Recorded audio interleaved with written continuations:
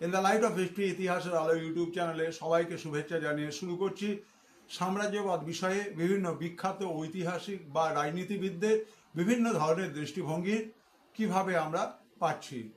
প্রথমে আলোচনায় আসব পার্কার টমাস মন। পার্কার টমাস মন তিনি বলছেন, যারা ইউরোপের মানুষ নয় বা ইউরোপের দেশগুলো নয়, এই সমস্ত দেশগুলোর উপরে বিজাতীয় ইউরোপীয় জাতিসমূহের প্রাধান্য প্রতিষ্ঠাকে বলা হয় সাম্রাজ্যবাদ। যেমন ভারতবর্ষ ইউরোপীয় দেশ এবং ভারতবর্ষের উপরে ইংল্যান্ডের যে প্রাধান্য, ইংল্যান্ড ভারতবর্ষের উপরে যে প্রাধান্য তৈরি করেছিল তাকেই টমাস পার্কার মন সাম্রাজ্যবাদ বলছেন। সুম্যান কি বলছেন, যে একটি দেশের জনসাধারণের উপরে বল প্রয়োগ করে এবং হিংসার মধ্য দিয়ে বৈদেশিক শাসন আরোপ করাকে বলা হয় সাম্রাজ্যবাদ। কার্ল